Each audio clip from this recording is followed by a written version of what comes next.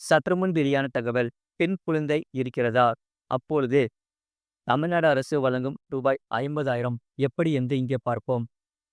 அதாவது தமிழ்நாட்டில் பெண் சிசு கொள்ளையை தடுக்கவும், பெண் கல்வியை ஊக்குவிக்கவும், பெண் குழந்தைகளை சமூக மற்றும் பொருளாதார நிலையை மேம்படுத்தவும் மாநில அரசு முதலமைச்சரின் பெண் குழந்தை பாதுகாப்பு திட்டம் என்ற ஒரு சிறப்பான திட்டத்தை செயல்படுத்தி வருகிறது. அந்த வகையில் குழந்தையின் 18 வயதுக்கு பிறப்பு அவரது கல்வி அல்லது திருமண செலவுகளுக்கு பெரும் உதவியாக இருக்கும் என்று சொல்லப்படுகிறது.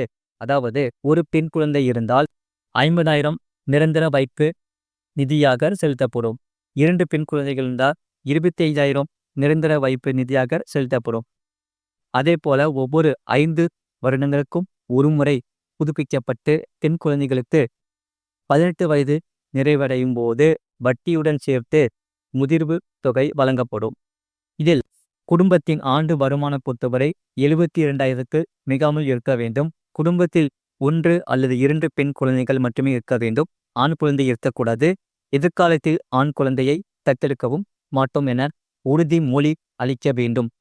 பெற்றோரில் ஒருவர் தகுந்த வயதுக்குள் கருத்தடை அறுவை சிகிச்சை செய்திருக்க வேண்டும். ஒரு பெண் குழந்தை மட்டும் உள்ளவர்கள் 35 வயதுக்குள், 2 பெண் குழந்தைகள் உள்ளவர்கள் 40 வயதுக்குள் அறுவை சிகிச்சை செய்திருக்க வேண்டும். விண்ணப்பிப்பது எப்படி? குழந்தைகளின் பிறப்பு சான்றிதழ், பெற்றோரின் வயது சான்றிதழ், வருமான சான்றிதழ், இருப்பிட சான்றிதழ், குடும்ப அட்டை, சாதி சான்றிதழ், கருத்தடை செய்யப்பட்டதற்கான சான்றிதழ், ஆண் குழந்தை இல்லை என்பதற்கான சான்றிதழ், குடும்ப புகைப்படம். இவை அனைத்தும் இருந்தால் போதும். முழு வீடியோலையும் கீழே இருக்கு, அதை கிளிக் பண்ணி பாருங்க. மறக்காம லைக் பண்ணிக்கோங்க.